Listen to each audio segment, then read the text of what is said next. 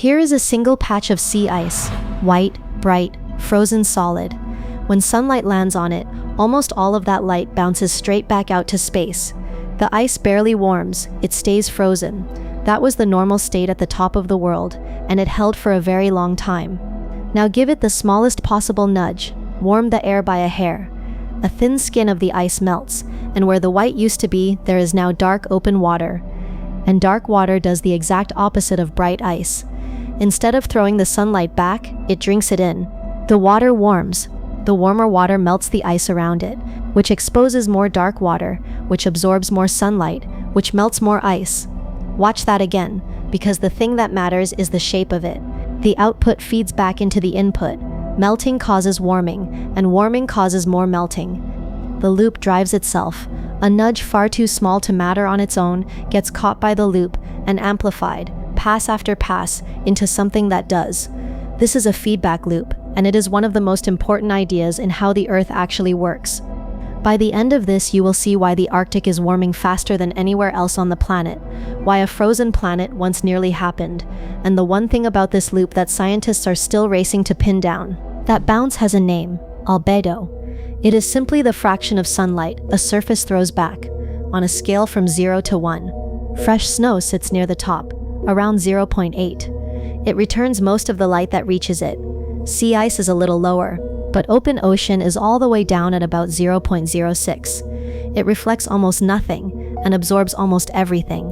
To feel what that means, picture two identical squares of the Arctic under the same noon sun. One is covered in bright ice. The other is open water. The icy square throws most of the light back and keeps only a small share of the energy. The open water square keeps almost all of it, more than 4 times as much heat, pouring into the very same spot on the planet, for no reason other than the color of the surface. Look at the size of that drop again. Going from ice to open water is not a gentle slope, it is a cliff.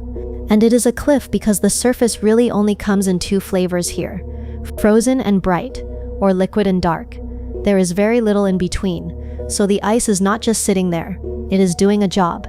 Every patch of white is a mirror, holding heat away from the Earth, and the moment that mirror turns to water, the heat it used to reject starts pouring in instead.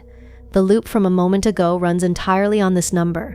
Melt lowers the albedo. Lower albedo means more absorbed energy. More energy means more melt. Now, not every feedback loop runs away. Most of the loops holding the Earth steady do the opposite. Push the system one way, and they push back. Warm the planet a little, and it radiates a little more heat to space, which cools it back down. That is a balancing loop. And balancing loops are the reason the climate has a stable shape to sit in at all. The ice loop is the other kind. It does not push back. It pushes the same way the nudge was already going, and then it pushes again, harder. Every trip around the cycle adds to the one before. Engineers call the strength of that effect the gain. Here is why the gain is everything. Say each trip around the loop adds back only 1/3 of the warming from the trip before. 1/3, then 1/9, then 1/27, smaller and smaller. It piles up, but it piles up to a finite total, only about 1.5 times the original nudge, and then it stops. The loop amplifies and settles, but now let each trip add back more than the whole trip before it. A little, then more again. The sum never settles. It just grows, on its own, until something outside the loop finally breaks it. That is the knife edge every reinforcing loop lives on. Below the edge, it is a quiet amplifier.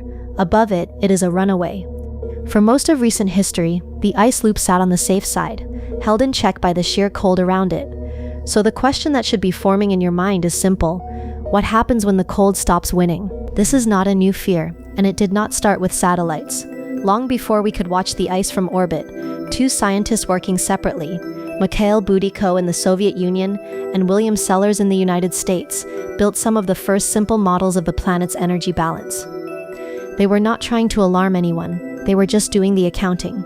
Sunlight in, heat out, and how ice changes the books.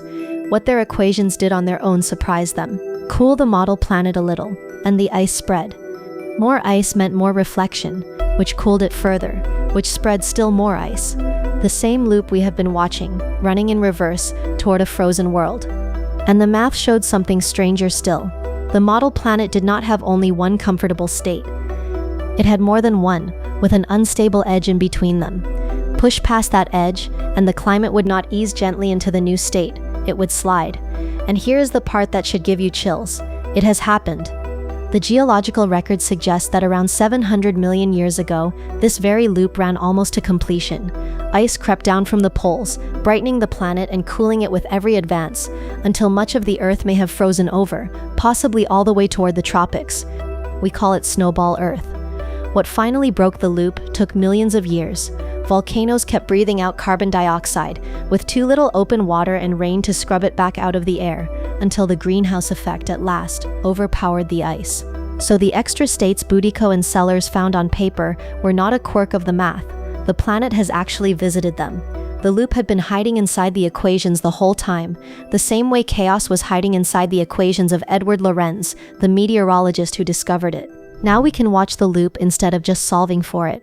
Across the whole planet, the average surface has warmed by a little more than 1 degree since we began burning fossil fuels at scale. But the Arctic has not warmed like the average. It has warmed roughly 3 to 4 times faster. There is a plain name for it: Arctic amplification. Why there, and not everywhere equally? Because that is where the loop has the most ice to work with. The far north has the most bright surface to lose. So it is where flipping white to dark moves the most energy. The loop is not special to the Arctic. The Arctic is just where it is loudest, and the mirror is shrinking. Since satellites began keeping watch in 1979, the ice left at the end of each Arctic summer has been falling by around 13% per decade. It is not only shrinking, it is thinning. Much of the thick old ice that used to survive many summers in a row is already gone, replaced by thin young ice that melts far more easily the next year. A weaker mirror, traded for an even weaker one. Less ice means lower albedo. Lower albedo means more absorbed heat. More heat means less ice. The same 3 sentences from the opening patch, now playing out across an entire ocean. Once you can see this shape, you start finding it everywhere. The ice loop is one member of a huge family. Any process where the output quietly feeds back to strengthen its own input. Thawing ground releases gases that trap heat, which thaws more ground. A drying forest burns more easily, and the burning dries the land around it further, setting up the next fire. The shape is identical every time. Only the parts change, and it reaches well past the earth. A rumor spreads to people who spread it to more people. A crowd starts running because it sees a crowd running. Money pours into the thing that is rising, because it is rising. Every one of them is the same loop you watched melt a single patch of ice. That is the real reason this idea matters. A reinforcing loop is an engine that turns small causes into large effects, and the planet is full of them.